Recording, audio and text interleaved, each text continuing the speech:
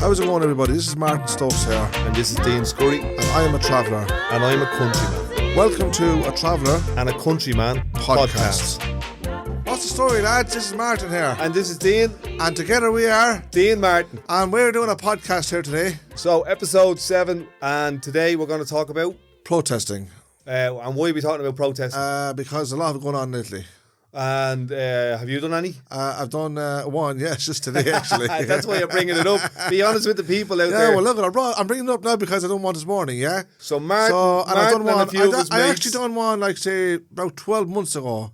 You say almost 1 year ago, yeah. Martin and his mates today done protest, or as I like to call it, a human rights picket. Yes. And protesting is kind of how we met about 12 months ago. Because there was a report that came out from the Ombudsman for Children, and it kind of said, look, traveller children are being left way behind. And then there was another report, a government report, on the money being spent or not being spent by councils on traveller accommodation, etc. That came out a couple of weeks later on, and I was like, hold on a minute, what's going on here? I went up to you, and you boys were just about to go and shut down a Dublin City Council super depot in Ballymun beside where you live. We had it done just that morning. Oh, very good, yeah. And of course you got the news. Yeah. And you thought there was something in it for you. I thought there was a bit of fame and glory in it for me. So you landed at the site. You're always painting me as the person's trying to get something from you. So Martin, right, the first time I met him, he said, what are you doing here? What's in it for you? We almost had a fight. And I took all the keys and phone and all out of my pocket, and I put my fist up and I said, I will spark and knock you out. And I told you, Dean, you're forgetting you're in a traveller site here. But what I was trying to say was, I'm here for the love, I'm here for the community, I'm here for the growth, and actually, Martin, I might learn something from you, but vice versa, you might learn something from me. Well, I know that you've learned a lot from me, Dean, but I really don't have learned that much from you since I tell you what, those protests or pickets you done were very successful. Oh, you did, you were behind us, weren't you? Ah, very good. But because I had done a number of them over my life, I've been I learned protesting from my community and from my mother initially. How to get up and how to get out and how to fight for things. And how to do it in a way that you are more likely to succeed than get arrested or not succeed. Yeah, that's right. Well, that's how we did do it, like non-violent protest, peaceful protest. Yeah, and you can do non-violent peaceful protest, but it can be not effective. We done effective non-violent peaceful protest. So how do you do an effective one without? Well, you achieve your objective. You achieve the result you want to achieve. Yes. Well, in that case, we did achieve a little, you might say. So what do we? So the thing was, we got someone to listen to us, but then it was only for a while. So when is this? This is now or this is last year? No, that's last year. It's nearly a year ago now. Yeah. So can we bring the clock back a little bit? Yes. I'll talk a little bit about how I got into protesting, and then you can maybe bring us up to speed about your experience with it in the travelling community. You know, what have you been doing? What have you seen? So I remember back in the 80s when we had the protests against drug pushers in Ballymun and around the city, and there was a lot of aggression used there. Mm. If you actually look at what was achieved, there's more drugs. We as a society, as a city, as a country, initially they might have results, but long term the results don't seem to stick. Probably not. But it depends what the protest is all about. Our protest was about basically on the site where we're living, yeah? We've been this particular site now has been open since 1997. There was people always living there. Yeah. We were living on this particular grounds for the past 42 years. Late 70s. Late 70s, yeah, okay. Yeah, late 70s. But anyway, we're talking about now 25 year apart, yeah? Yeah. So they built a site. And of course, Dublin City Council built City Council, yeah, built a site, a halting site. As time goes on, these sites need maintaining. Like, you know what I mean? They need maintaining from the start, obviously, but then when they get a little bit run down for various reasons or one thing or another, of course, it's Dublin City Council to. So, what part of the site would mean maintaining? I'm talking about likes of electricity, Yeah. likes of taps getting broke or So like outside taps. yeah, problems with that kind of stuff. You know what I mean? And like with mains electricity plumbing, that comes from the mains, pole. all of that. Just that kind of from there'd be sockets on the walls. Which, if that was in like a settled community, the council would be fixing lampposts and power, and if there was leaks, outside leaks, they'd be fixing them and so on. Yes. They'd be maintaining the general upkeep of the public area, the grass areas and all that type of stuff. Yes. So what happens anyway? Then there wasn't a great lot happening. So then at one stage, a new guy came on. He was let's say he was over the travelling community in Ballymun, if you like. So But probably not just Ballymun. no, maybe not, but I know him as around. On your side, he's Dublin City Council's guy on the ground. Yeah. So he was he came on board anyway, and he started making all these promises that what Dublin City Council wanted, like say years, a long time ago, before IKEA opened. They, let's say, called a meeting, yeah, and they offered people houses in the local area, as you call it, yeah. In St. Margaret's Park. No, not in St. Margaret's Park. Oh, right. So 'Cause during their regeneration. What they wanted, but they weren't saying it was. So during the regeneration of Ballymun, they were offering people. They offered houses. people houses in the Ballymun area. Yeah. So, for instance, like if you were you and your family, would say it was 4 or 5 in your family, they could say, look, we can offer you 4 or 5 houses. Now they were offering them, but at the time the houses weren't really there. Okay. So basically they were talking to their hats, if you like. Yeah. And it I was, think you're being polite there. I am being polite, yeah. Okay. The plan was anyway that IKEA itself wanted to buy that grounds where we are from Dublin City St. Council. Margaret's Park. Yes. So that was the rumour and the theory at the same time. I'm just yeah. going to give people a little bit of explanation, a bit of context so they know where we are. So Ballymun was built in the 60s. It was meant to be this utopia. There was flats all over the place. It was a failed project for a number of reasons, mainly decisions and policies made by Dublin City Council and government level. And by their own admission, they ghettoised the area. And then they had another regeneration at a cost of about £1 billion, which resulted in a lot of homelessness. Like 20% of all the homeless people in the city of Dublin are from Ballymun. That's right. As they were doing that, private developers got in and bought up apartment blocks, and IKEA came in, and most recently Decathlon came in. Because of the location of the area, it's right beside the M1, right beside the airport, right beside the M50.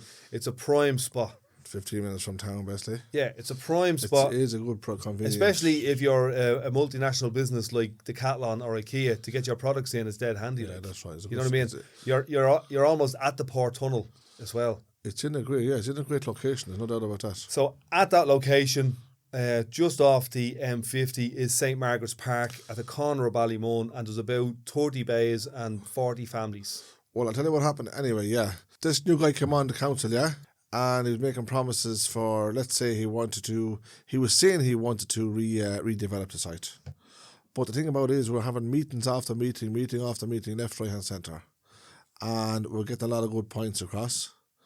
But he didn't seem to be interested as he was pretending to be, if you know what I'm saying. So when was this? 5 years ago, This 10 is years ago? No, this could be like anything up to 7 years ago. What happened was then, before we knew it, they sent out, say, whatever, just call them leaflets, yeah, flyers, that they were doing a depot across the road. When you drive out, basically, the entrance of St. Margaret's Park, yeah, which is where we live, they had plans without anybody knowing it, without us even knowing it on the site, Yeah. for a super depot. So Now, this super depot was costing, like, at the moment now, up until a few months ago, it was costing them like 100 million to build. So you have St. Margaret's Park on the corner of Ballymun, then you have a field about 100 metres wide and about 3/4 of a kilometre long. Yeah. And on the other side of that, you have a road, Decathlon and IKEA. So it's really good land. And what Dublin City Council have done is they've decided to kind of sell up all of their other depots around the city and build what they're calling a super depot at the cost of about 100 million quid Yes. on your doorstep. On the doorstep. Thing about it was, anyway, for years, the people on our site, Yeah. they were asking and applying to the council all the time to build something on that land, because this same land, say ourselves, all the young lads who grew up there, there used to be football pitches in there, Okay. and they took away the football pitches. But for years and years and years, there was like all the young lads would be playing football there, and all sorts of sports in there. If you know what I mean. I remember that. So that back road that used to run up beside you, on the other side of that, there was all football All pitches. the pitches were in there. They used to call the 7 pitches. 7 pitches, yeah. That's right.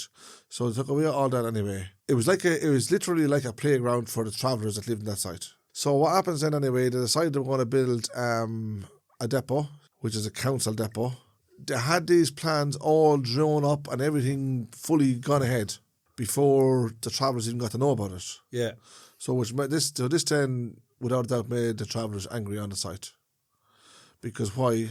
That they could go ahead and make all these plans, all the blueprints, all, you name it, everything was fully done, up and running, as you call it, before we even knew about it.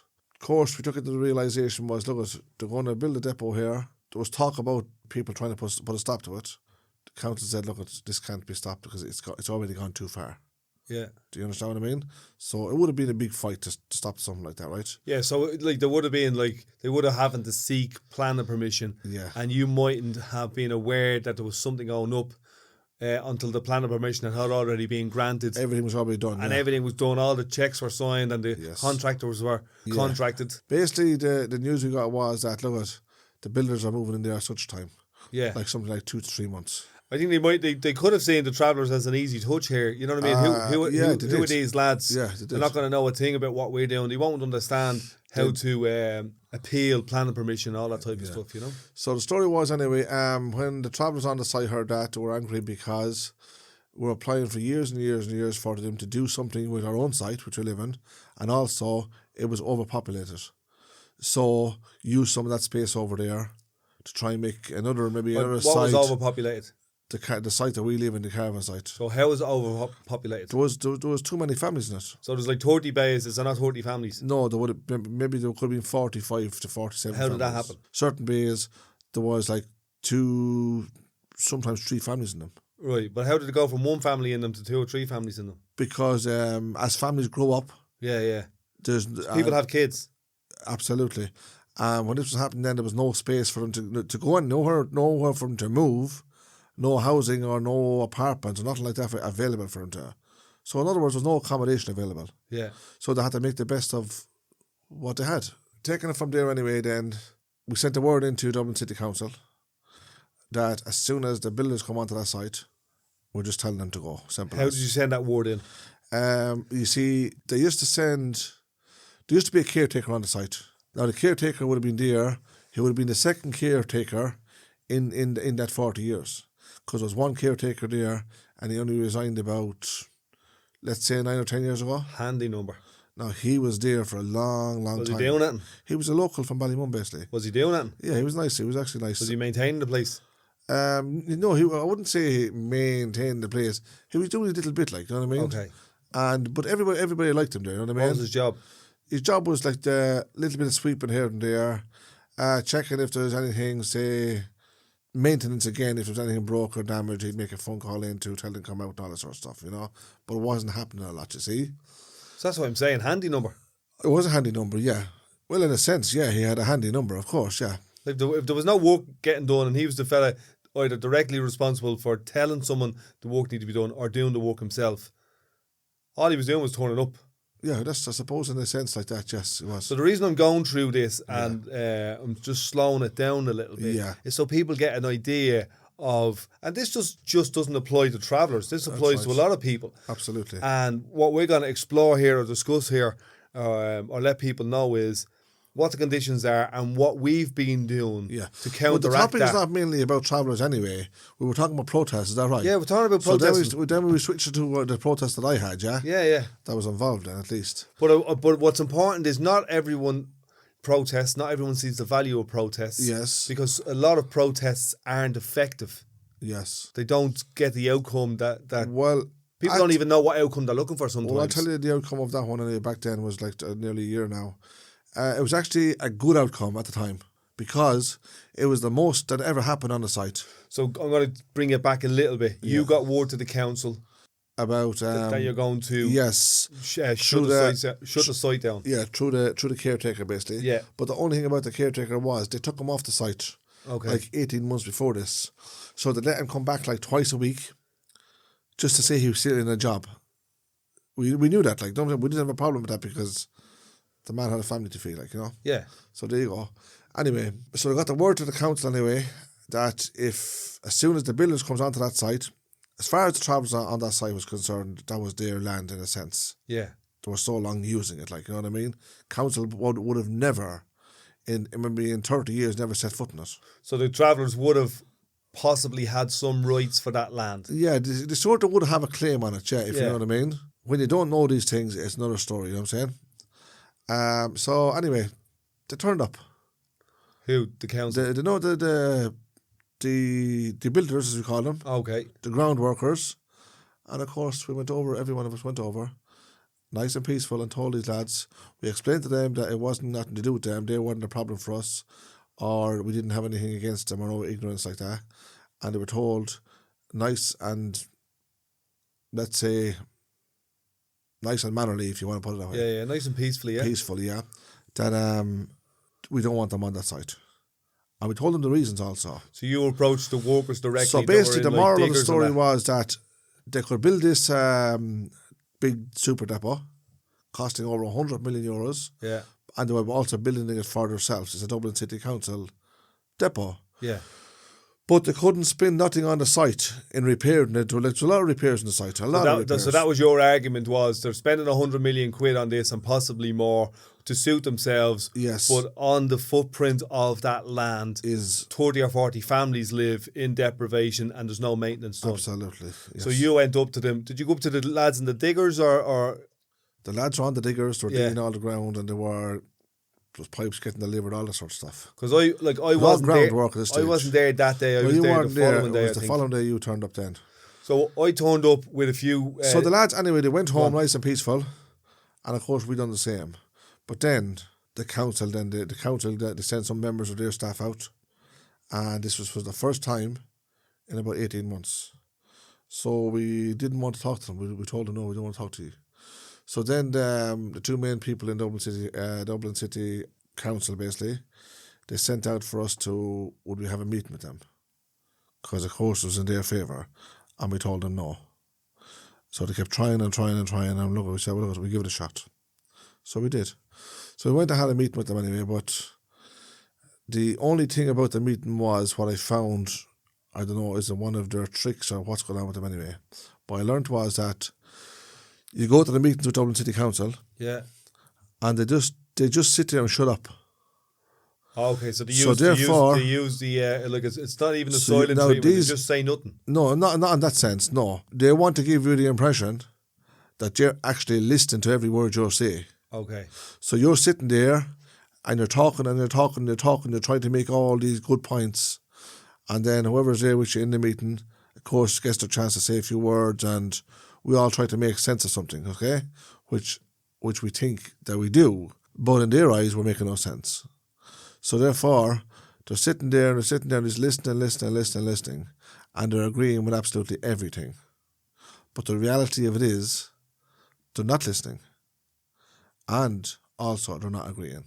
And one of the points you made so basically, what they're actually doing, they're giving you what you want. They're telling you what you want to hear, but not saying anything. Number one, I'm listening to you. Yeah. Number two, I'm nodding the head, yes. So now I'm agreeing with everything you say. So now there's no argument, is there? Very good. So it's a strategy to reduce the argument in the room. 100%. But we didn't realise this. We had a couple of meetings with them. That's a good lesson to learn. Well, I learnt it. Yep. Yeah. We had with a couple of meetings with them, and then there was one long meeting now, right? And there was a lot of talk in the meeting, a lot. But they weren't saying nothing. Very, very little. Now I'm talking about very, very few words. Yeah. So who was doing all the talking? Well, I don't want to say who was doing all the talking, because we all... But there's a number of people in the room from the site. Well, they all got a few words in there. Yeah. As usual, I don't know how to shut up, so I sort of... You talked the head off a hammer. So one of the things you said to me that I just want to bring up that you didn't mention there was you noticed that they didn't have any pens or papers or notepads or... But I brought that up to them. Yeah. I said to them, I said, have you a good? I said to actually one of the higher. I said, you must have a great memory, have you? Why? What do you mean? He said. Well, I said, can you remember everything that we said at the last meeting? Not really, he said, because he knew if you had to say yes, I was going to ask him questions. Yeah. He said, not really. Well, so how are you going to think of everything that we're saying here today? Oh, I'll think of it, he said. Well, I said, if you can't think of everything we said in the last meeting, how are you going to think of this one in the next meeting? So I said, where's your pen and paper? So it's a very good sign that you're showing absolutely no interest. Because surely you have a pen and paper to mark down certain little bits and pieces. You can't remember every word, every single word in a meeting. I can't. I wouldn't anyway. Now, when I say you'll remember some of it, you probably remember a lot of it. But there's important bits there you need to write down. And they weren't showing that kind of interest at all. And these people, they're not just administration staff. These are in executive roles in Dublin City Council. Yeah, but to be honest with you, what I found about them anyway was that they weren't very intelligent in dealing with the situation. Yeah. That was also annoying for me too. So do you think that they probably didn't even have a strategy? I don't know what they had because, look, they're smart people that have good jobs, to get highly paid. Yeah. They're obviously trained, yeah. But at the same time, to me, they were seriously, genuinely degrading their intelligence. But the fact that they didn't have much to say, in the end, it made us look stupid because we were doing all the talking. Well, maybe that is their approach, their strategy, their way to win the negotiations without actually doing much. I'm guessing the strategy was, well, we're going up here, we're having a meeting with a lot of travellers. To be honest, they're all angry. Yeah. They knew they were angry, and they knew the reasons why they were angry. So let's keep the cool here. Let them do all the talking. We're going to stay quiet. And by us agreeing with everything they say, then we're going to have no fight. Yeah, there'll be nothing for them when to be angry at. When I say a fight, I don't mean like a physical fight. Yeah. I mean, look, we're going to give them, we're going to feed them what they want to hear. Yeah.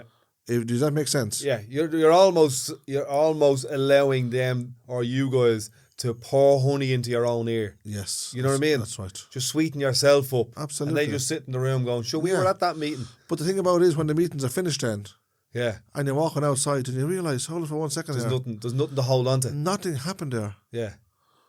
It's great. You have to admire that. No, this is it. Only we made fools of ourselves. Yeah. And they still got paid 500 quid a day. Yes. Talking, thinking we made sense, thinking we were getting somewhere while we were in the meeting. But we actually got nowhere. Badly. And it's living proof. Because that meeting was nearly 12 months ago. So step back a little bit. Had I turned up at this point? No, I don't think so. Okay. You were at one of the meetings after that again. I was at one of the meetings after that. So what happened was, because you had been given design or plans for the new site and all at a previous meeting. They done a drawing up for the it wasn't even a plan for the site. It was a drawing for the outside unit. Yeah. The day unit, as we call it, a day house. It was to extend that. So there's an existing day unit.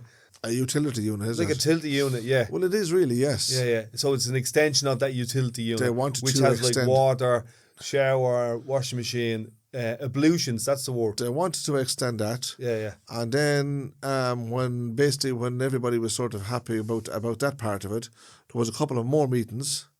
And then what happened? They threw that in the bin again. They decided, look, well, anyway, we can build you bungalow houses if you want. Right. So, of course, again, people were happy to hear this news again, weren't they? Come from Dublin City Council.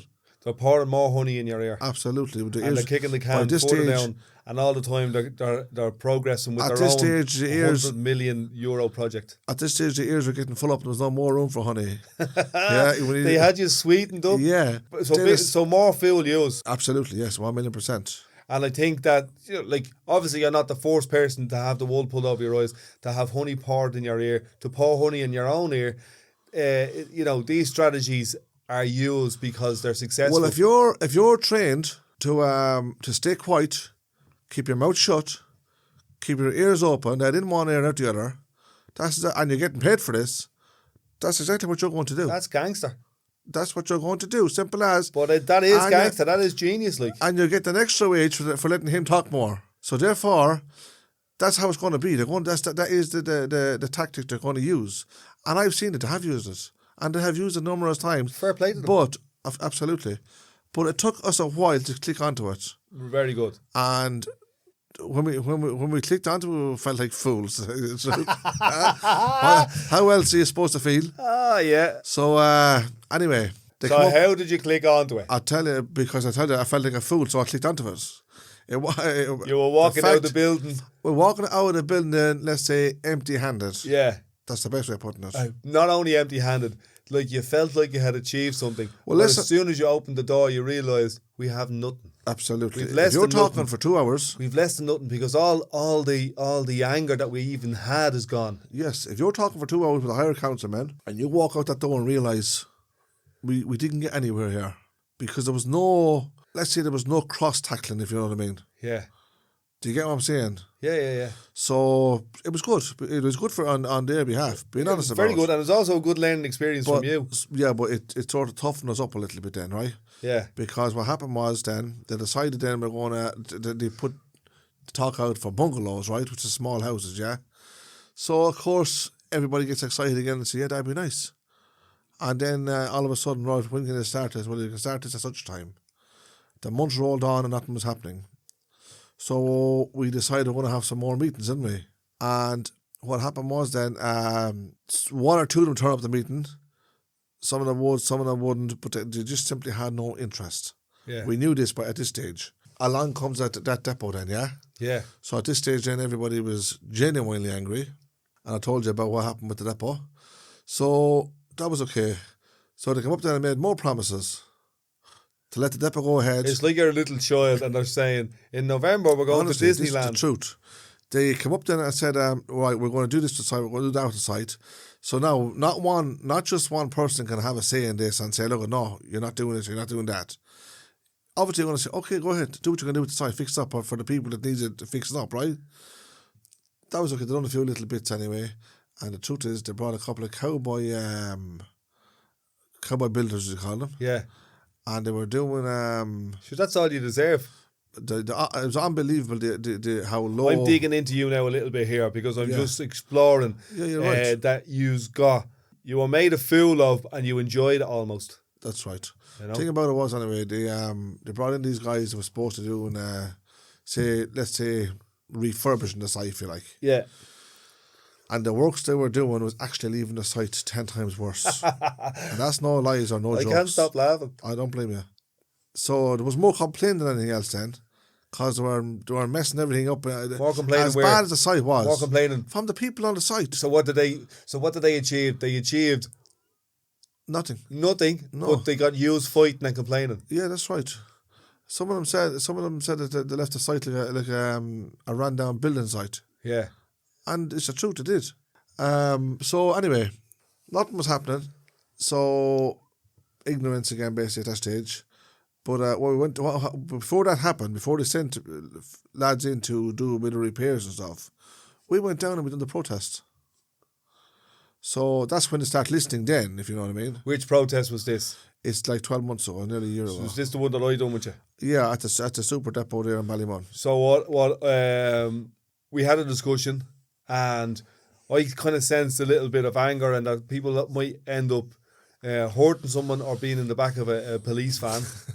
And I said, well, that's an interesting way to do it. That's an interesting strategy, but have a listen to this. Yeah. There's different ways that we can do it. That's right. And we've done a few different things. One is we didn't call it a protest. We call it a human rights picket. That's right, peaceful. But yous have human rights as travellers. And a picket is something that, the idea of a picket is really interesting because the workers on that site had to make a conscious decision whether or not they were going to cross a picket line. And it's very hard for people to cross a picket line because they have to go inside their head and inside their consciousness and go, what am I doing here? Who are these people in front of me? They can't really be angry at you. It's not like yous are pushing them or yous are blocking them. You're basically walking around in a circle with some placards that say, one of the placards says, you don't get to be racist and Irish, which is a quote from Imelda May. That's right. Another one said, we want homes. Very basic stuff, like, you know. Yeah, disgraceful. So you were walking around with them. Disgraceful on the council's behalf. It is disgraceful, but look, to be honest, like they Funny don't. thing about it was, right, Well, when just let me say this: it was disgraceful, but they don't really. They're not interested in whether or not it was disgraceful or not. They're understand not that. interested in shame. this is the point I was It's getting not a to. game that they play. That's a game that you play. This is what I was trying to say, right?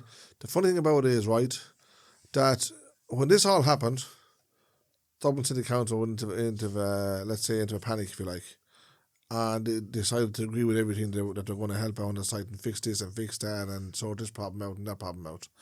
But then, they've done it for a little while. But they've done it very, very, when I say very, how would you say it? Let's say the work that they were doing was very, very, very amateur.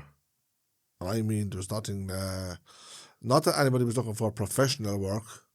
Are you talking about the maintenance work around the site? Yeah, there was the lowest quality that you could possibly see in So work. let's take a little step back. This is after the protest. After the protest, Okay, so I'm going to go back to the protest, right, or the human rights picket at 6:30 in the morning.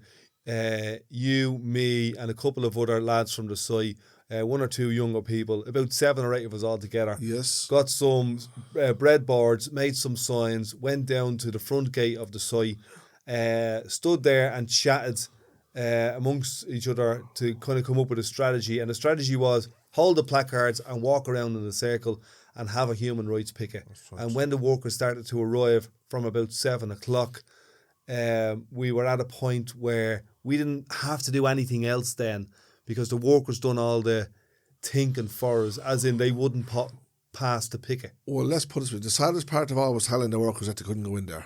Yeah. Because through the fault of Dublin City Council, it actually wasn't nice to see that these lads, young and old, and turning up for a day's work and be told, lads, you can't go in there, and it's not our fault, it's through Dublin City Council, they can fix this problem if they want, and everything is...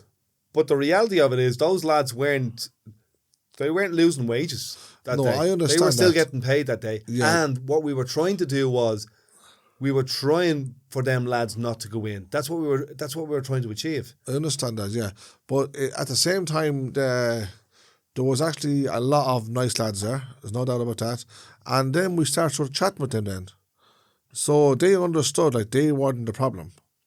Yeah, and we weren't trying to test their character or blame them or anything. What we were saying was, as a group of people holding the picket, was it was a human rights picket saying the human rights of this group of travellers in this part of Ballymun are being violated by their landlord who run the city, and they're called Dublin City Council. That's right. They just weren't listening. Yeah. And that's the reason we were there. Eventually, anyway, they came to some little agreements.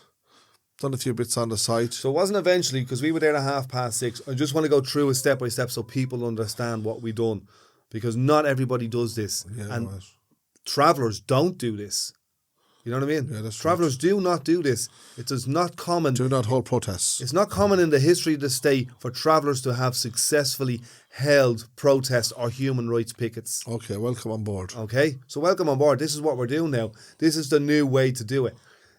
By 9:30, we went there at 6:30. By 9:30, you were talking to an executive officer from Dublin City Council. That's right. And when I mean an executive officer, I mean somebody who was prepared to make decisions and spend money immediately. That's right. Yeah, they rang me, and we just we literally hung up the phone. Absolutely. Deadly. Yeah. Lovely. So While they were possibly losing $100,000 a day on their site. A couple of hours passed, and they rang my phone again, and I just said, look what I said. I answered the phone at this stage. I said, we had an agreement. I said, you pull the plug on it. I said, you go and fix it. Simple as. So I hung up the phone again. Let's be honest about it. I did that. Because we were angry, yes. Angry with the fact that we're being ignored for so long and nothing getting done.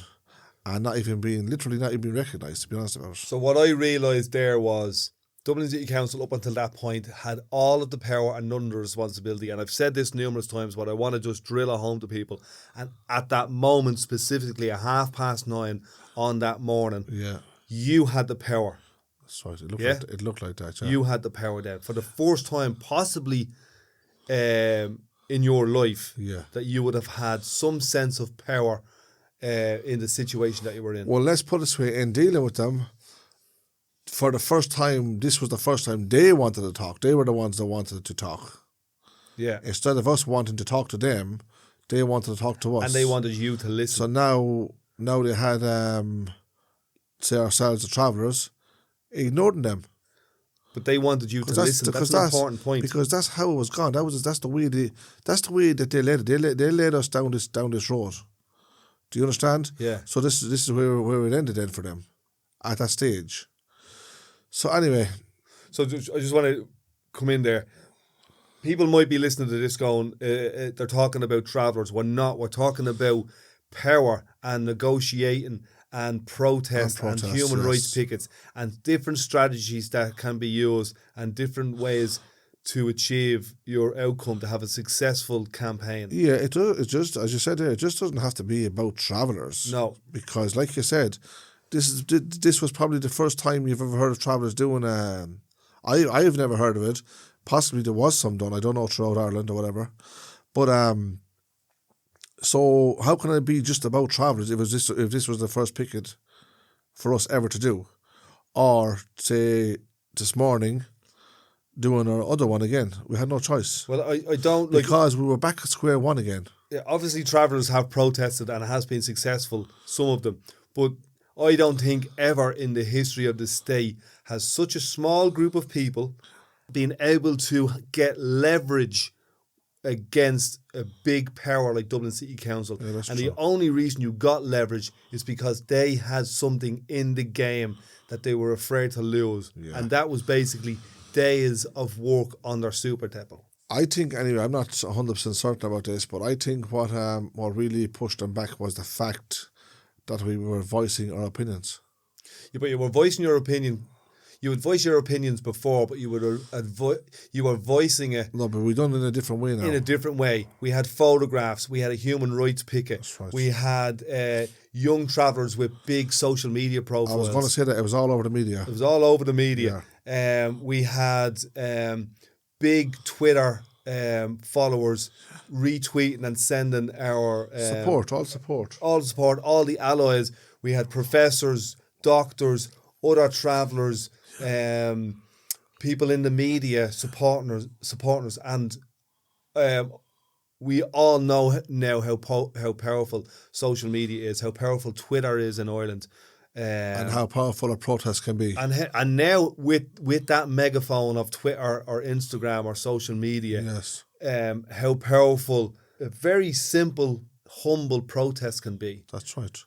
Yeah, that was the beauty about it in one sense, was that it was nice and peaceful.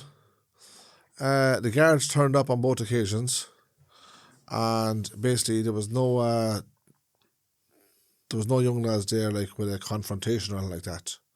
It was explained to them in a mannerly way that. I think one of the things that helped you there, one was you had someone like me there. Yes. I don't want you eating all them sugar. I'm not, but it's very important. I am obviously not a traveller, and when a guard turns up to me, well, I'll tell you why. When a guard turns up to a group of travellers, yes, and he sees somebody there that's not a traveller, that's right, that has a little bit of control over the situation, yeah, and he's talking openly with another traveller man who also has control, they get confused. Yes. I think it was good that you were there, actually, yeah, because you sort of like.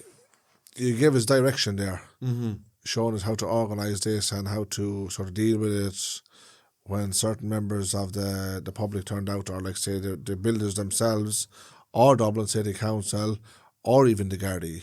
So we had the local shop fella drop down teas and coffees and cakes. Yeah, that was more support, wasn't it? You know what I mean? And that's like, if you turn up to a protest, that was like saying fair play to you lads. If it's a traveller protest and there's burkos and teas and coffees and buns, and we were playing music and all. That's right, I remember that. You know what I mean? And we had smiles on our face, and you know, when we weren't angry, we had smiles on our face. We had conversations. We were chatting to people. The only thing we were short was a couple of tents and a campfire. A bit of an old sing song. Yeah. Bringing back tradition. Sure, why not? Why not? Why not have a protest like that? Why not have fun at a protest?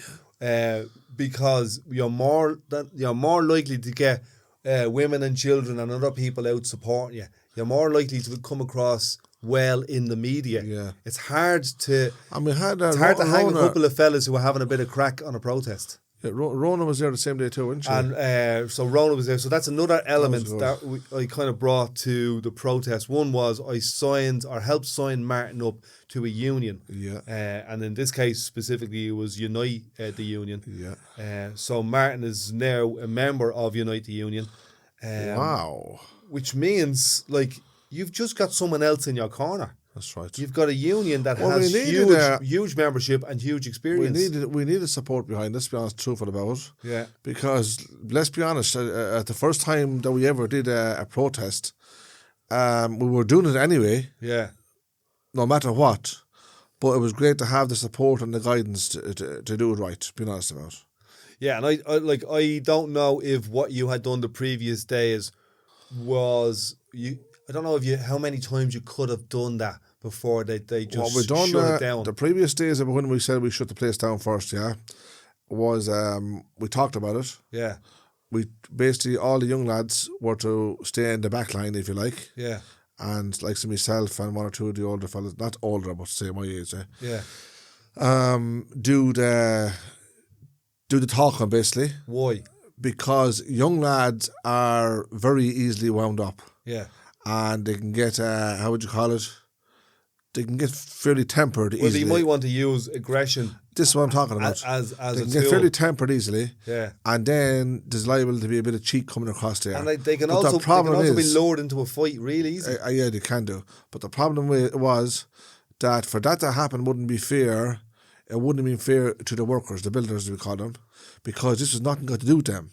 But if Dublin City Council could get those young travellers hurling abuse, they'd wind them up, bashing people, blah blah blah blah. Yes, it would suit them down to the ground. So that was all talked about, and that never happened. Great. So there was great communication between ourselves and these guys, the builders. They came from all over Ireland, like they came from Northern Ireland to do their work basically. And as I said, in the end, there was good communication. So these are the lads on the site. When we explained to them what the situation was, yeah, to be honest with you, they were literally on our side. Yeah, well, they're workers. They're not bosses. They're not managers. They're not executive officers. They're not on $100,000 a year. Now you have it. They fully understood where we were coming from, and they basically look at fair play to you boys. Why not? So these are the lads in the super depot that you're talking. How many do you think is working up there? Now there's between 100 and 120 men there. Now 120 men, and this is between Dublin 100 City and Council's. 120. This is possibly Dublin City Council's largest project in the city for. It is moving very fast, though. It's moving fast. Yeah. So based on what you're saying this morning, there was 120 men out of work, which was completely and totally and utterly disgraceful on Dublin City Council's behalf. So what we did not want to do this. So this morning. So you rang me I talked to you last night. Yesterday evening, yeah. And you said, look, there might be another protest. Actually, what I done was 10 o'clock last night. I put up on Twitter. I said it's 1 year since our last protest. That's right. Not a lot has changed. It's time to turn up the heat. Yes. And basically, and I copied Dublin City Council in on it. Yeah. But basically told them at 10 o'clock the night before, we're going to do this again. And at 6:30 in the morning, you and a couple of lads turned up again. The thing about it was, we never told Dublin City Council we were doing a protest. Yeah. You see? I did. You did. I told them on Twitter. That's right. At 10 o'clock. But we had no plans of leaving them wise to the situation. Yeah. Do you understand? So therefore we turned up this morning like 6 o'clock, and it was a shock to them again. So I'm going to explain to you why I done that. Why at 10 o'clock the night before I done it. One was to prove or to test the fact that one is they're asleep at the wheel, and the other one is they don't give a rat's about you. I know that. They just don't give a rat's. But the funny thing about it is, I know how Dublin City Council operate now anyway. I don't take no pride in doing protests for starters. Yeah.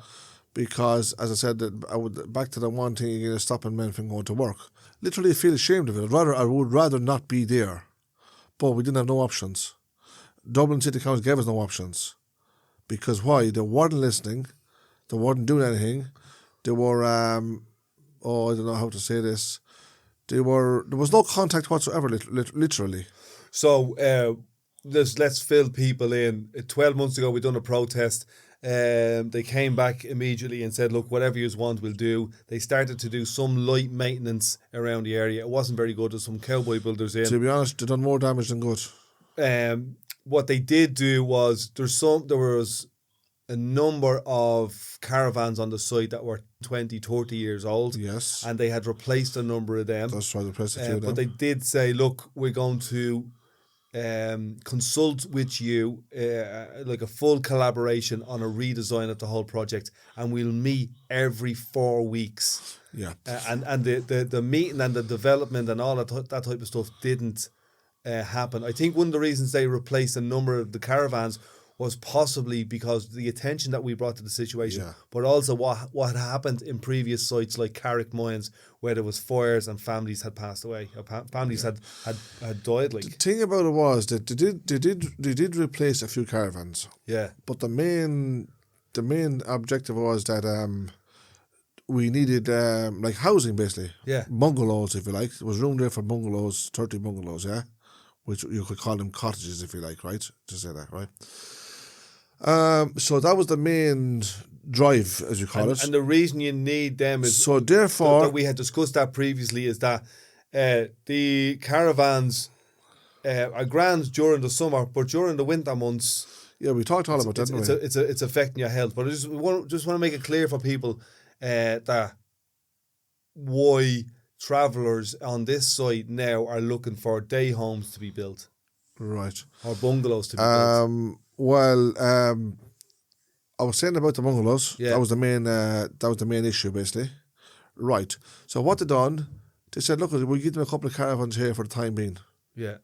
And they did. They brought on a few caravans, but then the bungalows were out the window. Then there was no more talk about housing, no more talk about, they call it group housing, bungalows, cottages, call them whatever you want. There was absolute no word about them after And that. there was no meetings that they Because promised. as far as Dublin City Council was concerned, they'd done their duty and that's it. We put a few caravans on the site. Look, let's walk away again. Yeah. And that's exactly what they did do. They walked away again. So now you have a couple of caravans on the site. You have other people, say, needing things under bays, and also some needing caravans as well, right, which is temporary accommodation, until we try and tackle the problem with accommodation again, which is bungalows, right. So again, they ignored all of that. They went away from it, and for months and months and months. Now we haven't. Let's say we haven't heard from them in a long, long time now. We're talking about maybe 7 or 8 months anyway, right? There's one guy that comes out. They do send him out. Sort of, he's the only, let's say, the only communication between Dublin City Council and the travellers on that site. So what happened then, this arose then again was the cause of having another protest, which was this morning. Yeah.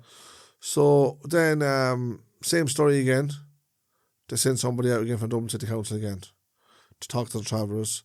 What's the story here? Story is here, nobody's listening. Basically, nobody wants to know what's going on that site there. But they do know, but they're ignoring it. Let's say it's like a merry-go-round. Yeah. It's the one thing over and over and over and over and over. So you're literally, I'll give you a small bit of, one time we had a meeting, yeah? Mm-hmm. And the meeting was going on and on and on and on. I went on for about 2 solid hours. Again, we met our pints and we're in. I said to one of the council members that was there to meet, I said, why do we have this problem? I said, you're a senior official in Dublin City Council. I said, you have great power in there, as far as I'm concerned. And I said, is that right? Yeah, she said. I said, you have the money in there, is that right? Well, she said to me, like before I said this was true in the 69 million euro thing, yeah, that the government handed to Dublin City Council for to specifically help out travellers. Yeah. Not to hand them money like pocket money. Just fix the basics need to be fixing. Yeah, a traveller-specific budget for accommodation and maintenance, yeah. So she said, look, money is not the problem. Money is not a problem, she said. So I said, okay, that's fine. I said, why are we sitting here? She said, what do you mean? I said, you're telling me, I said, right, number one, I said, you're a senior official in Dublin City Council. I said, which means you have power, again. Number two, I said, you're telling me money is not the problem. So I said, if you have both of them things, why are we sitting here for the past 2 hours discussing problems? I said, that means you're not doing your job. So if you were doing your job, we wouldn't be sitting here, wouldn't be calling meetings. Yeah. We wouldn't be discussing this situation in the first place. So basically, she had no answer to that, like, you know. So I think I was at that meeting. That was one of the meetings that this executive officer, we won't mention her name. No names, won't give no names. But she brought along a guard with her. The same time, yeah, the guard was there, yeah, was So present. she's bringing a guard to a meeting. We were kind of asking, is this the norm for all the meetings that you go to? Do you bring a guard along to a meeting? Or is it just the ones where there's travellers and they're looking for accommodation rights? So let's just put it into context. Dublin City Council manage Dublin. Yeah, they're the largest landlord. They're not schoolboys. They have a massive legal team. They're responsible for making a lot of decisions and spending a lot of money or not spending a lot of money. They're responsible for handling a lot of money. They're a very well resourced set up organisation. Yeah. Okay, and they're going toe to toe against a group of travellers beside a super depot, and for the last 30, 40 years have been basically doing cowboy work, cowboy maintenance, and calling that work, calling that progress, calling that servicing their tenants. So I have no problem in closing down super depots by doing a human rights picket. I'll do that all day, every day, because I think what's more important is your community. The young people, the adults, the older people, the health, the education, the mental health of your community, for me, is number one all day long, as opposed to these guys, super depot. That's number one. Because without community, without health, what do we have? We've got buildings that are making profit for people. Strange thing I couldn't understand with Dublin City Council was that the site where we live, yeah, there's a big housing estate. That was a little bit of a rant, sorry, I just want to get all that out. Yeah, there's a big housing estate behind us, around one side of the site. Yeah. Then you have another row of houses down at the back of the site. Yeah. You have a big factory down on the other end of the site. And then you have Dublin City Council building that depot on the entrance of the site. So again, why would Dublin City Council want a site looking so rough that they should have looked after? Now, don't get me wrong. On that site, we do our best to keep it looking well, and we have done for years. What happens was then that one of them, your man that come on there, the new guy, I said 5 or 6 years ago, maybe 7 years ago, he took the caretaker off the site. Now, this caretaker was great. He was a good caretaker, and he used to get on well with the people on the site, if you know what I mean. So there was no hassle there, basically. So this guy coming along and thought he knew it all, and let's say, if you want to say, he was using the bullying tactics. So finally, he was told not to come onto the site, not to have nothing. In other words, not be dealing with travellers' issues no more. Nobody wanted to talk to him or deal with him or phone them or one thing or another, because he just simply hadn't got an interest. But the other side of it was that the site itself, yeah, we do look after it. We paint up all our walls, keep the place tidy. It's up to it's obviously up to the tenants. But you're not plumbers, you're not electricians. No, that's right. You know what I mean? On the other side of it, we look after our site the best we can. You know what I mean? Yeah, and just like everybody, you look after the stuff that's inside your caravan or inside your bay that you can. And sometimes outside as well, a little bit on the outer areas kind of thing. Yeah, well, like sweeping the streets and all that type of stuff. But you're not there. You're not there to lay tarmac. You're not there to fix electrical problems, plumbing problems with sewage and toilets and all that type of stuff. That's right. That's not what you're there for. There's people contracted to do that. Stuff that hasn't been repaired in 25 years. Yeah. And obviously, we around here, there's going to be some sort of damage is going to come on there, like, you know. So the reason I think I'm interested in discussing this is because travellers don't talk about this stuff, or they don't have an opportunity to talk about it, or they mightn't even know that they can talk about it and have people listen to them because they haven't been listened to for a while.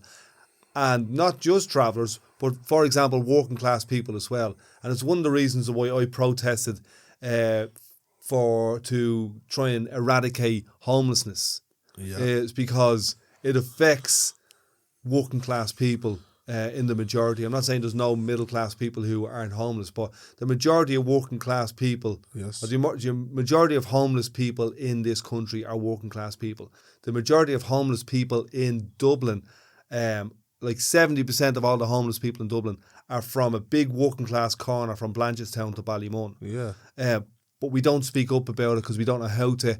And even if we did, what's the point? We don't get listened to. That's the problem, yeah. The listening part is the problem. So what I decided to do was use all of my connections, network, knowledge, information, wisdom, resources, whatever it was, bring a group of people together and do something that would get the attention of not just the people in power, but the people beyond them as well. Yes. And kind of embarrass the people who are the decision makers. Yeah, you have to shame them. Yeah. You have to, if you don't shame them, then you're in problems then. But you have to shame them. When you voice your opinion and make it heard, these people don't want you to talk. They don't want you. They want you to be backing off all the time. But there's different ways to embarrass them or shame them. And I think one of the ways that we can do it is human rights is a really interesting one. It's going public, isn't it? Yeah, but using your human rights, because then they have to answer beyond the Dáil or beyond Dublin City Council's headquarters or beyond any city council's headquarters. So you have to answer then on the global stage or in Europe. Well, what I do know anyway, when we had that first protest, there was, as we thought, there was a good outcome. But the thing about it is then, after a little while, then it stopped again. Yeah. So this morning, when we done another protest, picket, I won't discuss the outcome, but again, there was a good outcome. So what I'm encouraging you to do, and very, very fast also. What I'm encouraging you to do, and I think you've done this well. I think it is good to have. I think it is good to have protests. Yeah.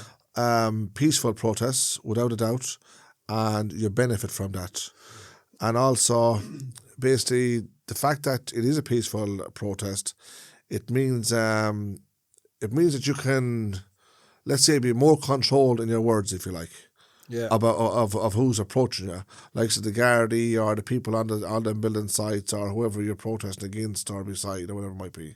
Yeah, I think being more strategic, being less emotional. Yes. I'm not saying don't have emotions in it, because emotions are interesting as well. But what you have realised is have a very clear objective and know when we have achieved our objective. Because sometimes, like those meetings before, you thought you had achieved your objective, but you walked out the room and said, we didn't get anything there. Yeah, basically empty-handed, yes. We felt like there was nothing happened. Literally, you feel like it was a waste of time having them meetings. But just at the end of it, when everyone's standing up, you feel like you've got it. But as soon as you get to the door, go out to the fresh air. That's right. And smell the coffee, and you realise. Yeah, no, you realise. You realise you were a jackass. You were swindled.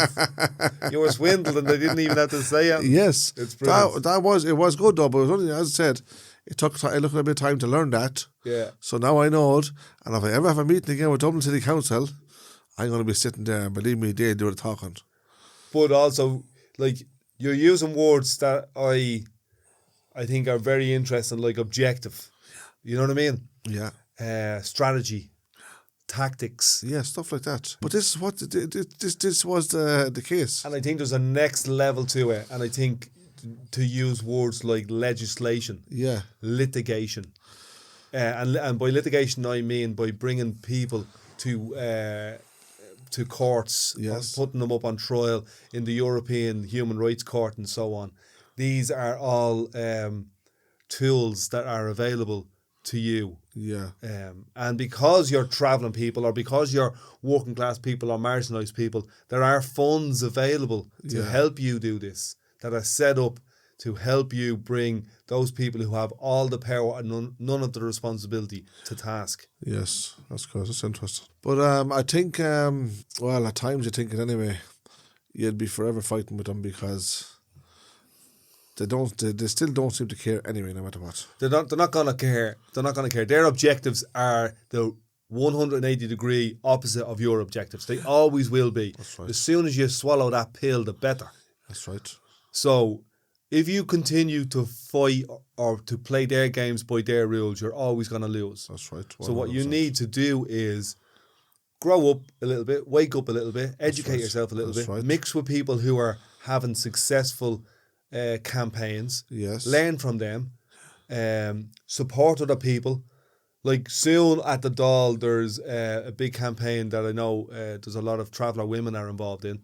And hopefully myself and yourself and a couple of other lads from St. Margaret's will go down and just stand there and be with them in solidarity, and you'll understand the value of solidarity, because with numbers comes strength, comes networks, comes resources, comes experience and so on. And sometimes we don't see the value of connecting with other people because we're going, oh, they're not doing exactly what we're doing. Yes. But we are. Yes. We're protesting and we're organising to achieve our objectives. That's basically all we're doing, regardless of what the objective is or what the specific protest is about. Yes. Because this week it's housing, but next week it might be mental health or education or, whatever. For all the various reasons, basically, yeah. Yeah. But yeah, so look, as I said, Dana, it was worth giving it a try. And yeah, there was good results. The fact that there was a protest. Being honest about it, if there was no protest, there'd be absolutely no movement. Nothing would be happening at all whatsoever, because that's how it has been for so long, and absolutely nothing changed. So yes, I would recommend if, for instance, whatever, let it be travellers or settled people, I don't know, and there's something like some situation where you have this thing where the councils are not sort of on their sides and they feel that they're against them and they're not doing, and they're being ignored. I think, yeah, standing up and voicing the opinion and some sort of a protest, I think it does help, being honest about. And it's not just councils. We're just ripping into the I'm council because it's this well, yeah, example. because let's say our issue was the council. Our experience was with the So council, that's why exactly. I'm sort of talking But about it could the be a council company, it could be a government, Yeah. it could be whatever. But yeah, getting involved.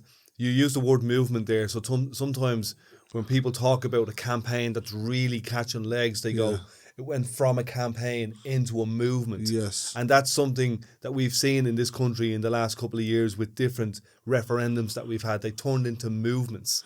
And maybe one day there might be an actual movement from within the travelling people where we force the issue. You know what I mean? We had what I call like a tokenistic recognition of ethnic status a couple of years ago. But as I say, it's tokenistic. It doesn't actually mean anything in the real world. Nothing has changed because this piece of paper was signed or because somebody stood up in the Dáil and said a few words about ethnic status. That's right. But I'd say the main thing would be just whatever they be doing is do it peaceful. Doing it peaceful is an interesting strategy. Yeah. Don't give these people the opportunity to have you standing in court. Let's put it that way. Yeah. Or in the back of some caravan or in a hospital. Whatever, some cell or something like that there. So with the head thumped off you and the eyes sprayed off you with mace or something. Yes, for absolutely nothing. I think the peaceful side of it is what gains results in these things. So I think as a basis, have peaceful. But I've seen a lot of peaceful protests in Ireland and in Dublin over the last number of years, during COVID and so on. But what they lack, from my opinion, is a clear strategy, clear steps, a clear objective. What resources are required? Who's actually going to do the work? How do we know when we win? Having these types of things set up in your group are important, because otherwise you're just aiming in any direction then you're liable to be pulled down any old road, You are, but I think what you probably need, I'm not saying now I know all about protests or I know all of this all of a sudden because I've only done 2 altogether, but I've learned a lot from them. And I think you need to be careful about basically, let's say you need to be careful about the other side trying to intimidate you.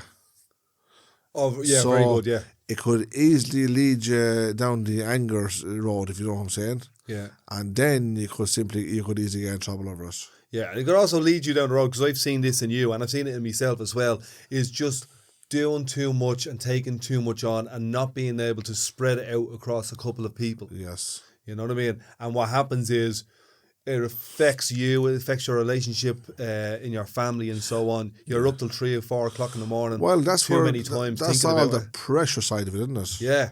Because it's not easy. I know that for sure. It's not easy. Definitely not easy. I think you've learned that in the and last year. also, I tell you what it takes. Well, it takes a lot of time to build up courage to actually do it. Yeah.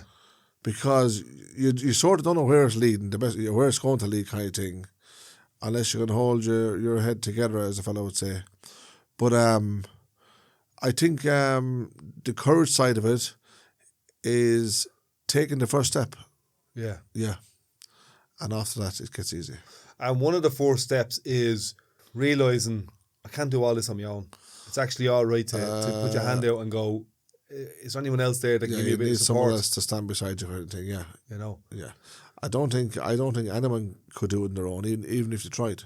Yeah, but sometimes the issue is an individual issue, and then we realise, oh my God, this is affecting 5, 10, 100, 5,000 other people. Yes. Can I reach out to them? Would they be interested in listening to me or telling me about their situation? Can we learn from each other? Have they done stuff that has failed before that I can learn from? Yeah. Or have they done stuff that's successful? I would say the majority of protests that happen fail, and there's loads of learning in that. Yes. You know what I mean? Learn through failing. Yeah, absolutely, yeah. And don't be afraid to just do it and fail and, make a mess of it. In other words, don't let it make you give up. Don't let the objective, if you don't achieve it straight away, break your heart, because it can, and it could drive you demented. Like, you know what I mean? Yeah. Like that's one of the things that happened to me when I done Apollo House. Well, one of I realised. Here's a few of the lessons very quickly. Did you actually open up Apollo House? Is that right? Yeah, I planned it. Yeah. Organised people to come together. Yeah. Picked out the building. Invited other people to get involved with me. Yeah. Yeah. Was that for all the homeless people? Yeah. Basically, what I was trying to do was prove a point, because it was 100 years after 1916. It was a week before Christmas, and people from my community were dying on the streets. Right. As I said before, 20% of all the homeless people from Dublin are from Ballymun. So how did you actually get all the homeless people to come into it? Well, for a number of weeks, I would have having meetings in the union, actually, that you're a member of. Right. I asked them, could I have a meeting in here, like a homeless, what did we call it?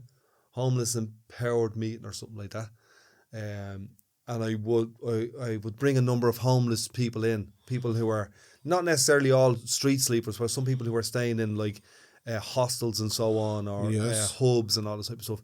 Bring them in, have meetings with them, and some people who are running soup kitchens as well. Into Apollo House? No, into a meeting room. That you were organising, yeah. Yeah, into a meeting room in Unite's office in Abbey Street in Dublin. Right. And some people were running soup kitchens and so on. So I'm saying, okay, lads, for the next couple of weeks, keep an eye out on people who you think we might be able to get into a building if we get a building. And then I had to go off and talk to people about getting a building. And then I realised we're going to have, say, a legal team or a financial team or a social media team. You know what I mean? Yes. And kind of pulled that together over maybe a 2-month period. Right. And this was like, say, from September to December 2016. Right. But although you done the meetings, yeah, was it people that was sleeping on the streets or people from the homeless shelters that was coming to it? Our objective was mainly the people who were sleeping on the streets, because the people who were staying in hostels, they had accommodation. Yeah, I was going to say there was still about 160 people in that month of December, which is really cold, sleeping on the streets. And people, I think what we've learned since was about 1 or 2 people a month were dying on the streets. Yes. Now, there was probably 20 or 30 people a year dying in the hostels anyway. Right, yes. And those figures have come out since.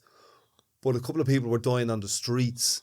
And what I was trying to prove was, for that month of December, January 2016, could we set up something where nobody died on the streets? Yes. So this is very interesting, because this is how you know So we set ourselves an objective.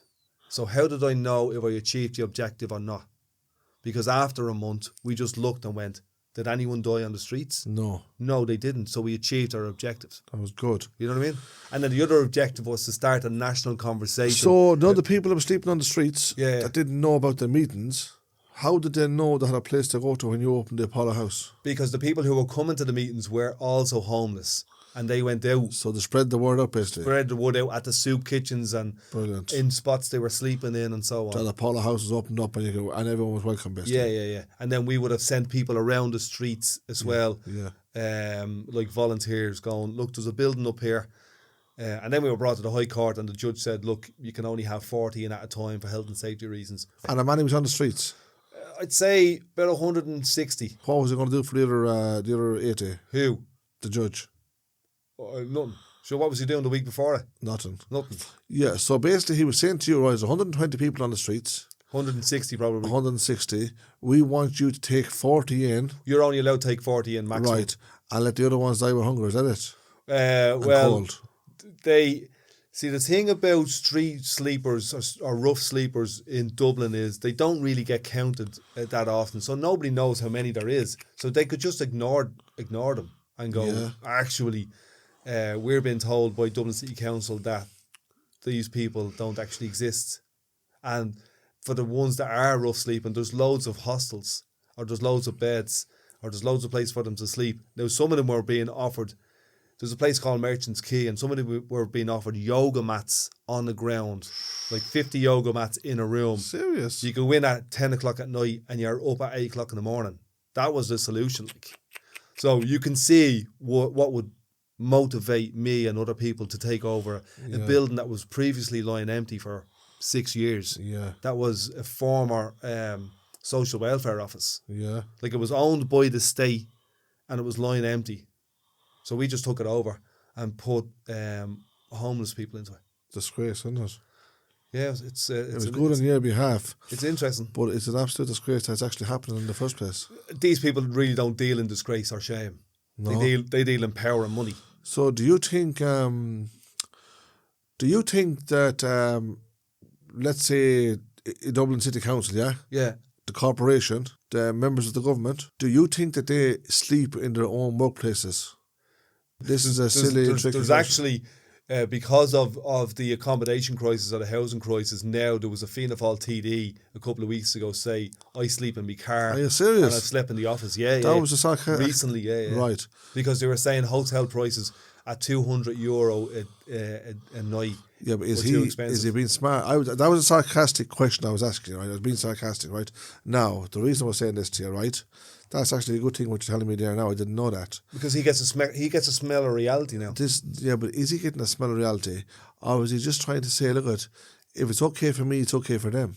Maybe that Could could it be be it. put- Now could these it- people could it be do get put- €120 a night Yeah. paid if they have to stay in a hotel. These, which people now? This Fianna Fáil TD. Yeah. They get Could an it be- allowance of 120 Could it be quid. that he's pulling a good stunt there? Could be, yeah. And It's good enough for me to sleep in my car. It's good enough for that So family. it reached the newspapers, did it? I was all over the newspapers. Well, then I work for him then. Yeah. So he's saying here, look, if I can sleep in a car, why You can they know, not? you know what it reminds me of? What? The honey that was poured into your ear back in Absolutely, 100%. Yes. Now, the reason I was saying about it, those, no, I never heard of that thing what you're saying there about this government guy sleeping in a car, okay? that room. It only happened recently, like this week. I never heard of it, right? It was a coincidence I asked that question. The reason I asked that question was, do these government officials or councillors or corporations with all the good jobs, highly paid, do they sleep in their offices? Generally, no. They don't. No, they don't. We all know that, right? Now, because what I'm saying is, are they ever at least walking on the streets? Do they walk from an office to a car, or a car to a shop, or maybe a shop to a pub for a dinner or something like that there? Are they blind that they can't see the people lying on the streets, that the streets that they're actually walking on? Well, I'd say most of the streets that most of them walk on are close to government buildings, and they Probably would be paved with red carpet. and they would be moved.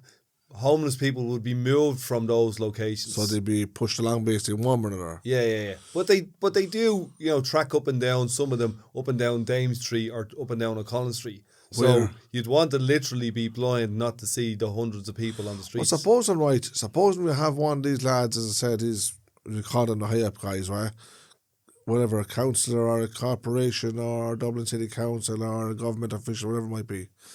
Supposing they decide to go for a bit of fresh air. Yeah. And they just throw their coat on and go for a stroll. Go for a 10-minute stroll, walk, or whatever it might be, yeah? Are you telling me in 10 minutes walking through Dublin that you won't see at least one homeless person sleeping on the street? What I'm saying is they see them, they just don't give a rat's. That's the point I'm trying to make. Yeah. Of course you see them. They don't play that game. They play Yeah. money and power. Yeah. You're playing sympathy and empathy and compassion and shame. You turn almost like I've often driven down through the town. So I'd be driving my car there, yeah, and I just looking to see you spot someone lying on the ground, maybe with a plastic cover or a bit of cardboard or something, just throw over them, literally throw over them. And there's days it could be raining, could be cold. If it's lucky, it'd be at least a dry day. If they're having it means they're going to have a good day if it's dry for them. Well, look, it's the middle of summer now in Dublin, right? Yeah. And it's freezing and it's raining. raining. I was going to say that. I thought you were giving the summertime praises there. So we're in Did Ireland. you not notice 2 days ago that we had teams of rain? Yeah. The rain was as heavy as could possibly be. So what I wanted to prove was there was people literally freezing to death. It's December. And I wanted to prove to myself and to everyone else in the country that for 1 month of the year, which is 100 years after 1916, in a government-owned NAMA building, which is empty for the last 6 years, that we could take 100 probably men and women off the streets, and that for that month they wouldn't die. So we achieved that. Yeah, you achieved a lot, but at the same time, you didn't get enough. You didn't get the way you wanted to be. Well, so the next one was to start a national conversation to end or eradicate homelessness, right? So what Apollo House and what we done that highlighted there was we forced homelessness and housing to be the number one issue in the following election, which forced Fianna Fáil and Fine Gael to join teams and for Sinn Féin to excel in the polls. That's what we achieved.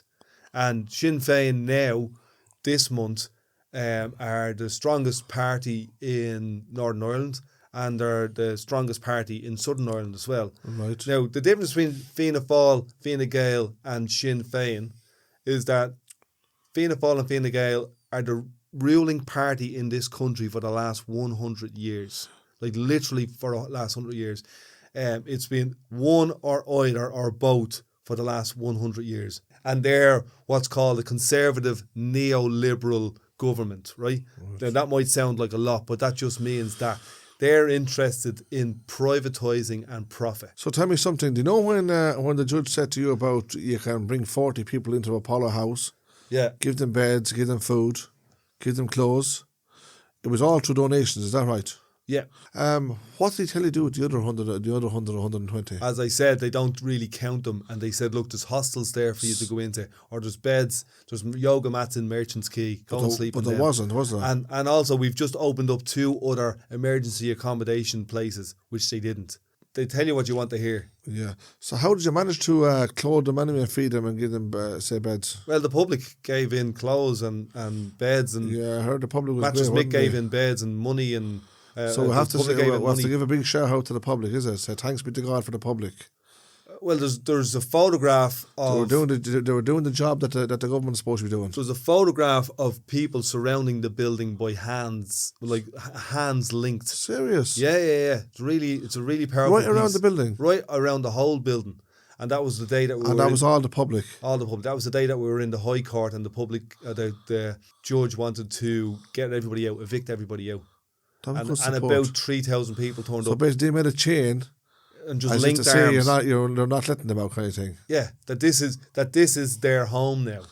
Very, very good. You know what I mean? And that's why I called the campaign Home Sweet Home. Is that right? Is it? Yeah. That was a good one. It just happened to be Apollo House, so we played a few, like, you know, the Apollo Mission and all that, and Apollo Creed. We had like different plays on words. Very good. But essentially, the very first name of it was Home Sweet Home. So what was the people like that was home for that little time in there? It'll just make you wonder what's possible. Like, But did you put a bit of happiness on their faces? You did. like there I'd was say. people getting their nails done, like fellas who hadn't had a wash in weeks, getting their toenails Serious? done, getting wax taken out their ears, Oh, getting their Lord. teeth checked, getting their diabetes checked. The first time maybe they'd seen a doctor in 2 or 3 years. Oh, so you had doctors and all We the had people to doctors help and them all as in. well. After 2 or 3 days, we had a doctor came in. Just voluntarily, basically. Yeah, everybody was volunteering. Very, very, very good. A team of doctors and nurses and all came in. Yeah. Volunteers, security. We set up a library. There was 2, you know, top chefs from the city. One of them's a cousin of mine, actually. His name is Billy Scurry. So they came in and they had like 3 meals a day. We built the kitchen in the place. We got all the kitchen equipment donated. They had 3 meals a day from 2 of the top chefs in the city. There was a TV room. There was people giving massages. So To all these homeless people. to all now. these homeless people who previously Sad. weren't even counted and were sleeping and freezing to death on the Yeah, streets. they barely knew they existed. And this was within about the first 2-3 days, and they were there for a month, and they were there for Christmas, and it was powerful. It was heartwarming. But a big but, it almost killed me. Serious. It was hard work. It didn't almost Because just you kill thought me. you'd take it all on, is that what you're saying? A few of us took a lot on. Good few Yeah. people took an awful lot It on. took more than you could handle, sort of like. Absolutely. Well, look, But you didn't give up though, did you? no, didn't give up. Kind of fought a really good fight. Fought a fight that hadn't been fought in this Well, country there's only before. so much one person can do at the end of the day, like, isn't there? Yeah, and there's only so much, you know, 20 or 30 of us can do. But didn't it also show you and the people who were there, say, with you, didn't it show you how the kind of goodness that exists in Ireland also? There's no doubt The that people that come in and helped you with all these things. there's no doubt that when you And these people, just the shine the public light themselves, in the right way, people come out. I think it was great, to be honest about it. Very, very good. The fact that you done what you done, and also the fact that the public themselves was also willing to participate and help out in every way they could. And who, like, I kind of knew I would get working class people behind me, but getting people from all over the country, all backgrounds, all disciplines, all ages, middle class, like, we had a list of people who wanted to volunteers, and literally there was from brickies to barristers on it. Yes. Like about 4,000 people willing to volunteer and come down and do some stuff. And you had a bit of music there as well, hadn't you? With music, we had different people turn up. We done like a rooftop gig, like the Beatles. Remember the Beatles gig? Yeah. So Glenn Hansard kind of led a rooftop gig. Who done like Glenn Hansard, yeah? Line and Hosier and Glenn and great crack. So Glenn is a singer and an actor, huh? That was a great film you made, wasn't it? Once. The ones, yeah. Very They're interesting. making wasn't it? another one. Twice. That's actually a good idea. So he's going to make once twice. But he's great though, isn't he? Yeah, he's really good. There was a quote there from Saint Mother Teresa. Yeah. You've heard of her, haven't you? Go on, yeah. She used to From Coolock, is that one? Yeah, she's from Coolock. She was from India, Right. Calcutta, yeah. Yeah. And she organised. She went to the college here in Dublin for the nuns. Oh, did she? Yeah. Yeah, but like years and years and years ago. Yeah. Obviously, you know, Before my time. she's dead now since 1987. Yeah, yeah. She died the same year as Lady Diana. Ah, very, And very the good. two of them Are they were- related? No, they were very good friends. Were they? Yeah, very good friends right. from two different worlds. But anyway, the moral of the story was, she used to go out in the streets, and the people that were dying with hunger, literally, she'd basically dragged them back to. She went to the government. Yeah. In Calcutta, yeah, and there was a big building that was literally closed down, so she went and asked for the building. So of course, through a bit of fighting and talking and getting people on her side, they eventually gave her the building. So they also asked her what did she want the building for. She said, I want to form a congregation of nuns, the Sisters of Charity, yeah? So, but also she said, I want to go out on the streets and take the homeless people off the streets and the sick people, the marginalised, the vulnerable, you name it. And she said, I want to bring them to this building. I want to make beds for them. I want to wash them. I want to feed them. So they decided then, look, okay, we give you the building. So she got the building anyway. And straight off, she started bringing people into the building and washing them. But before she knew it, there was people, like, say women basically, knocking on the door of the building asking could they come in. But what they wanted to come in to become a part of the nuns. Yeah. So they joined up with the nuns, so they formed their own, let's say, congregation of nuns, if you like. So one particular time she was on the street and there was this person and they were, they used to have a name for them where the skin would be all... Like lepers. Yeah. The skin would be all infected and literally nobody would want to touch them, basically. So this particular day, anyway... Sounds familiar. This particular day, she knelt down beside what we would call a leper, yeah? Mm-hmm. And she put her arms around him and comforting them, like... Yeah. Let them know that somebody loved them, like she loved them, yeah? So she was showing love to them anyway. So what she done was, another woman walked up from the street, yeah? And stood right beside her. And she was looking at the little nun, say, Saint Mother Teresa now, right? Sort of trying to look after this leper. So she wanted to get him and bring him back to the building, basically, so she could look after him with the other nuns. And the woman looks and she said, what are you doing? She said, I'm trying to help him. Now, this would have been in their language, okay? Yeah. And you don't speak Indian? I don't speak Indian, no. You're going to have to try to understand me, okay? So so the woman said to me, she said, when she asked her, what are you doing? She told her what she was doing. And she said, I wouldn't do that for $1 million, say $1 million, liras or whatever the Indian money is. So we want to call it $1 million, right? She said, I wouldn't do that for $1 million. And Mother Teresa just turned around and looks up at her. She said, neither would I, she said. That's why I'm doing it for nothing.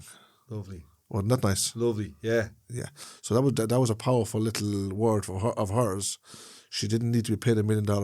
She didn't be paid anything? No, absolutely not. But $1 million was the word. Yeah. She didn't need to pay $1 million to look after somebody, show them love, and feed them and whatever she could do for them. So see the thing that where she had where people were knocking on her door. She was doing this every day. Yeah. That's what we had. We had literally people knocking on our door. Yeah, but that's like coming from people. Some people came in from Europe, from Germany.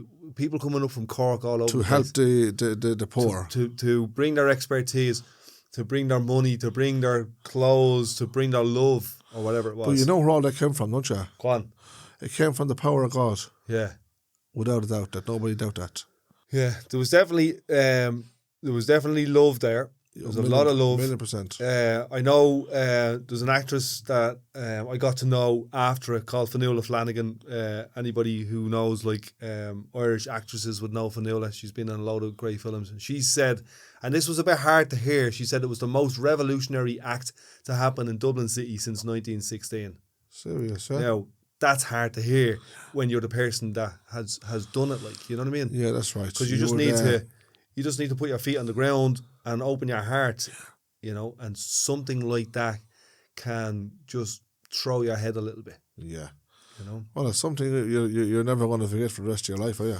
Absolutely not. It's always going to be with you. It nearly killed me, but doesn't it do you? Doesn't it? I know. Yeah, I know. I was going to say, does it do you good? Absolutely. You were saying nearly killed you. Yeah. Right. What I was going to say was that's not a bad thing. When you do say good things in the line of helping somebody out, doesn't it actually make yourself feel good? Yeah. Now you can do it. You can do it, or you can be perceived, or the story can be you're doing it for selfish reasons. But no. If you're doing it from your heart, if you're doing something good, and you're doing it from your heart, Yeah. well, you'll actually receive something from it. Mm-hmm.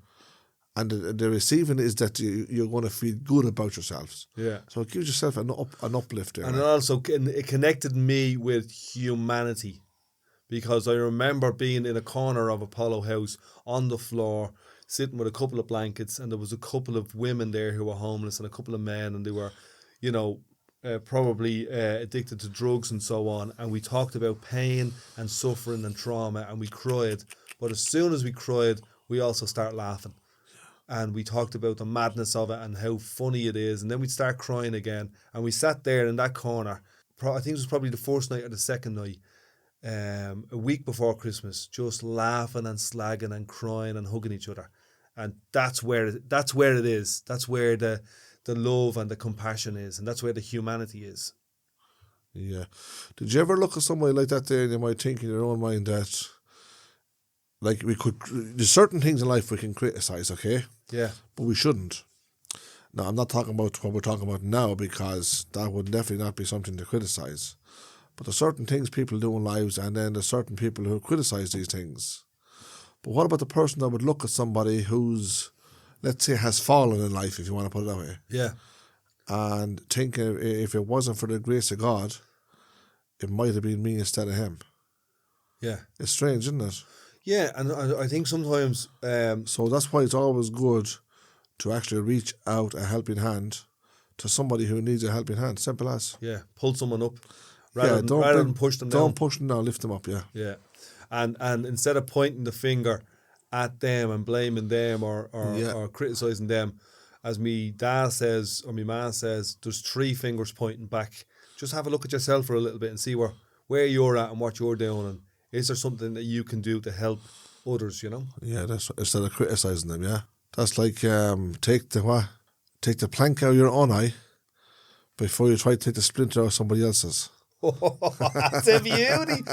I've never heard that one. Well, you heard it Take now, the plank out of your own That's eye. for the back. Yeah, that's for the backbiter and the ballyragger. That's what? The ballyrag. You ever heard of ballyrags? Yeah. No. Well, a ballyrag is a word that travellers use. Right. A lot of travellers use it. Are you getting gems now? Ballyragging. Yeah, ballyragging. We're ballyragging. Ballyragging would be like you're backbiting. Yeah. You're judging somebody, but obviously it's behind their backs. Take the plank out of your eye before you take the splinter out. Take the plank out of your own eye before you try to take the splinter out of somebody else's. What do you think of that one, Dean? That's a gem. That's a beauty. That's to say, Dean, they reckon, Dean, we learn something new every day. I tell you what. Yeah? You haven't done this before. I haven't sat in a room like with you before like this. No. We've got to know each other over the last year, but we're really getting comfortable and able to explore stuff and giving the other person time. Hopefully sometime we'll be able to maybe get a little bit bigger of a studio. What do you think? We might get a guest in as well. It's okay, isn't it? Huh? It's actually okay, isn't it? This is nice in here, yeah. Yes, what do you think about getting a guest in? I don't want to say too much yet, but yeah, maybe we could get somebody on too, because what happens is... So it'd be too comfortable with each other. It'd be nice to have somebody in there just to break the silence. But I think what we're learning to do is just talk and listen. Yeah. Give each other space. Well, it is a bit of banter, a bit of a chat. Yeah. So there's probably not a lot more to it. But it's great that we can talk about certain little bits and pieces like that. Yeah. Because I'm interested in that kind of stuff, you know what I mean? I'm sure there's a lot of people probably interested in the same thing. Because it's nice to know stories or hear stories of somebody who done good for somebody else. And we're doing stuff that isn't the norm. You know what I mean? We're just normal people, but sometimes we do extraordinary things. And that's just not me and you. That's everybody. And I think that these podcasts, these spaces give us a chance just to talk about that and connect with the other person, the humanity in the other person, And the reality of some things. Yeah. Deadly. Episode 7, I enjoyed it. A traveller and a countryman. Let's say we can praise this all we want to. You can say it's okay. It's okay. But somebody listening out there, what the heck is these two boys talking about? If you don't like, share, comment, pass it on to your granny, send it around the place. And again, if you're going to say something, say something good, will you? Yeah. If you're going to say something bad, don't say it at all. So we're gonna come up with some kind of sign off. What did we say last time? Cheerio, boys. And I was going to say cheerio, girls. Cheerio, girls. You're in trouble. So, see you Cheerio, later. people. How about cheerio, people? Cheerio, people. Yeah. You said cheerio, folks. Is that the last time? Cheerio, folks. Cheerio, folks. Where were we going with cheerio, folks? So that's us for this episode, a Traveller and a Countryman podcast. If you like it, let us know, share it around, and we'll see you on the road.